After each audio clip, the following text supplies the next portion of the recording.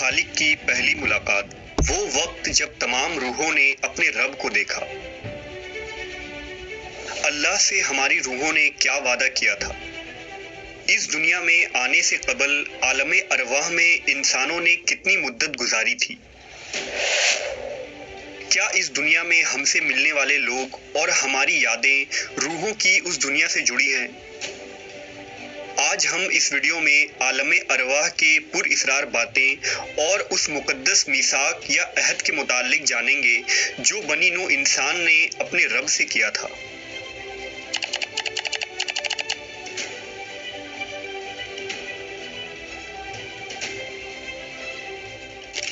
اللہ نے انسانوں کے لیے 4 عالموں کو پیدا فرمایا ہے، یعنی عالم دنیا، عالم ارواح، عالم برزخ اور عالم آخرت۔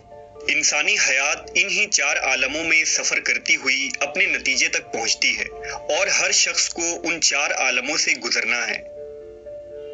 انسان کی تخلیق عالم ارواح میں ہوئی، جس کے بعد اسے عالم دنیا میں بھیج دیا گیا، جہاں ہم ابھی رہ رہے ہیں، اور جب انسان کی موت ہوتی ہے تو اسے عالم برزخ میں بھیج دیا جاتا ہے، جہاں روحیں قیامت قائم ہونے کا انتظار کرتی ہیں، اور بالآخر قیامت قائم ہونے پر تمام انسان عالم آخرت میں جمع کیے جائیں گے۔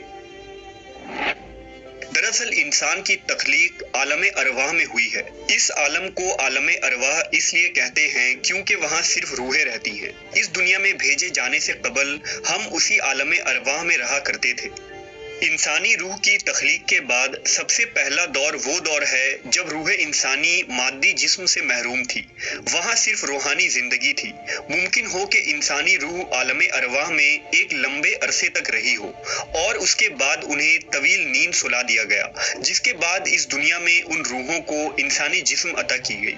مختصر یہ کہ دنیا میں اب تک جتنی بھی جسم پیدا ہو چکی ہیں اور قیامت تک جتنے جسم بھی پیدا ہوں گے، ان سب کی روحیں اپنی جسمانی وجود سے بھی بہت پہلے پیدا ہو چکی تھی اور یہ عالم ارواح میں جمع ہے، اور دنیا میں جب کسی روح کا جسم پیدا ہوتا ہے تو وہ روح اس جسم میں بھیج دی جاتی ہے۔ جب اللہ نے انسان کی تخلیق کا ارادہ فرمایا تو حضرت آدم علیہ السلام کو مٹی سے پیدا کیا، پھر اسی مٹی کو کیچڑ میں تبدیل کر کے ایک عرصے کے لیے چھوڑ دیا گیا، اور جب اس کیچڑ کا گارا بنا تو اللہ نے اسے مختلف مراحل سے گزارا اور ایک خاص شکل و صورت دے دی، پھر اس جسم کو چھوڑ دیا یہاں تک کہ وہ ٹھیکری کی طرح کھنکھنانے لگا، پھر اللہ نے اس جسد خاکی میں اپنی روح پھونکی۔ حضرت آدم علیہ السلام کو حکم ہوا کہ فرشتوں کی جماعت کے پاس جاؤ اور ان سے بات چیت کرو، دیکھو وہ کیا کہتے ہیں۔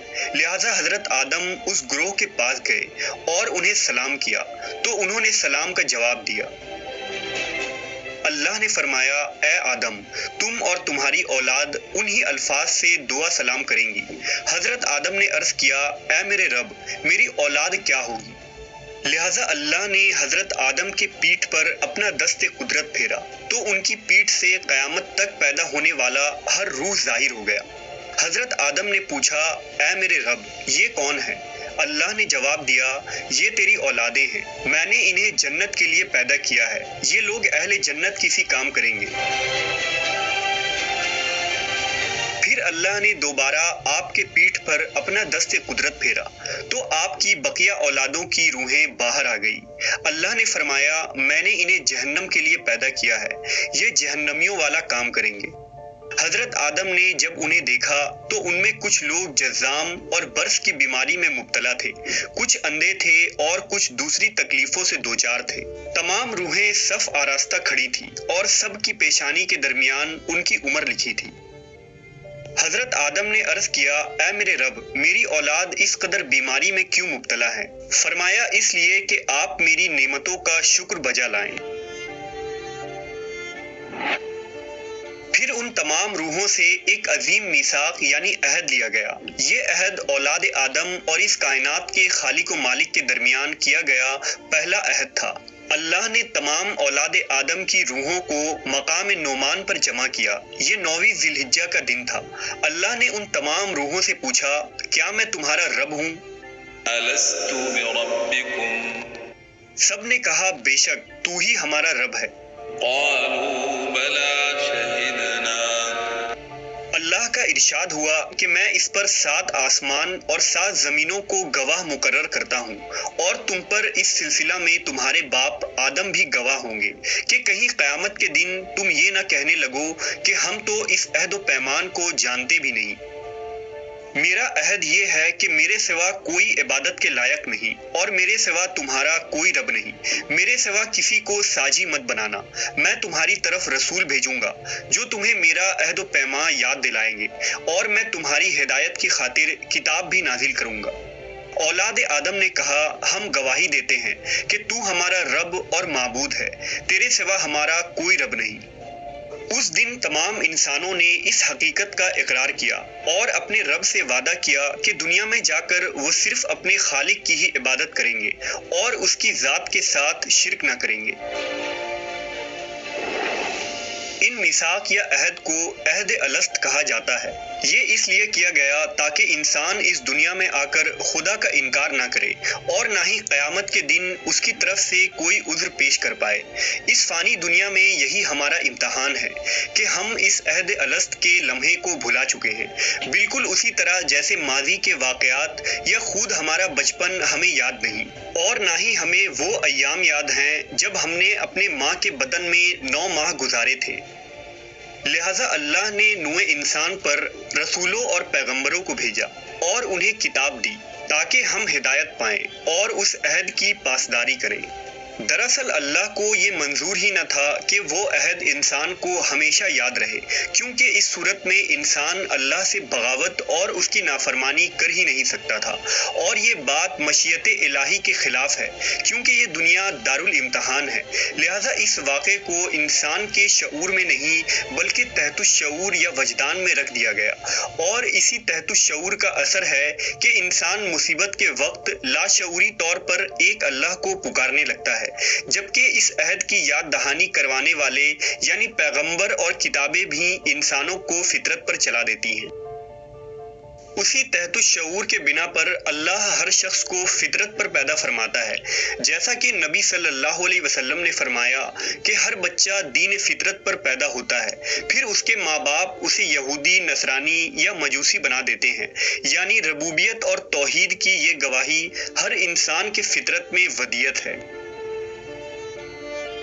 حضرت ابو ہریرہ سے روایت ہے کہ نبی کریم صلی اللہ علیہ وسلم نے فرمایا روحیں عالم ارواح میں الگ الگ جماعتوں میں ہوتی ہیں، تو ان میں سے جن میں آپس میں وہاں جان پہچان تھی تو وہ دنیا میں بھی ایک دوسرے سے مانوس ہوتے ہیں، اور جن میں اجنبیت تھی وہ دنیا میں بھی الگ الگ رہتی ہیں۔ لہٰذا نیک کردار لوگ نیک اور اچھے لوگوں سے محبت رکھتے ہیں، اور جو لوگ فاسق اور بدکار ہوتے ہیں وہ فاسقوں اور بدکاروں سے محبت کرتے ہیں۔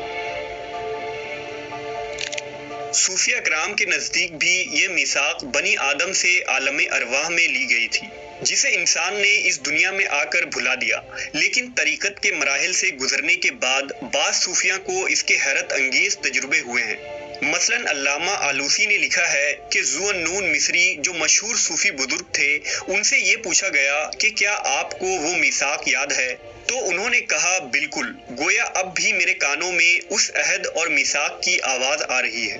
علامہ آلوسی مزید لکھتے ہیں کہ بعض صوفیہ اور عارفین نے یہ بھی لکھا ہے کہ انہیں ایسا محسوس ہوتا ہے کہ وہ میثاق گویا کل ہی لیا گیا ہو، لیکن یہ تصوف کے وہ اسرار ہیں جو بعض صوفیہ پر ہی کھلتے ہیں، جبکہ قرآن و سنت میں اس کے کوئی شواہد نہیں ملتے۔ روایت ہے کہ حضرت علی علیہ السلام کے پاس ایک شخص آیا اور سوال کیا کہ اے مولا علی، عالم ارواح میں انسان کی روح کیا کر رہی تھی؟ تو امام علی نے فرمایا اللہ نے آدم کی تخلیق سے لاکھوں سال پہلے ایک عالم بنایا، اور اس جہاں کو ارواح کی دنیا کہا جاتا ہے۔ یہ یاد رکھنا کہ اس دنیا میں تخلیق کی گئی ہر روح اللہ کی عبادت کر رہی تھی اور عرض کر رہی تھی کہ اے اللہ، مجھے بھی امتحان کے راستے سے گزار تاکہ میں بھی امتحان دے کر تیرے محبوب سے محبوب بندہ بن جاؤں۔ اللہ نے ہر روح کو امتحان دیا جو اس کے لیے نہایت ہی آسان تھا، لیکن افسوس کہ وہ امتحان دینے کے لیے جب اس زمین پر آتا ہے تو وہ دنیا کے خواہشات میں اس طرح الجھ جاتا ہے کہ وہ اپنے مقصد کو بھول جاتا ہے۔ میں نے اللہ کے رسول سے سنا ہے کہ ہر روح اللہ سے وعدہ کر کے اس دنیا میں آتی ہے۔ یہ دنیا خواہشات کی ایک جال ہے جس کی حقیقت ایک دھوکے کے سوا کچھ بھی نہیں۔ جو اس وعدے کو یاد رکھ کر زندگی گزارتا ہے وہی اپنی منزل پاتا ہے، اور جو عالم ارواح کے وعدے کو بھول جاتا ہے اور دنیا کی رنگینی میں کھو جاتا ہے وہ دنیا اور آخرت دونوں میں رسوا ہو جاتا ہے۔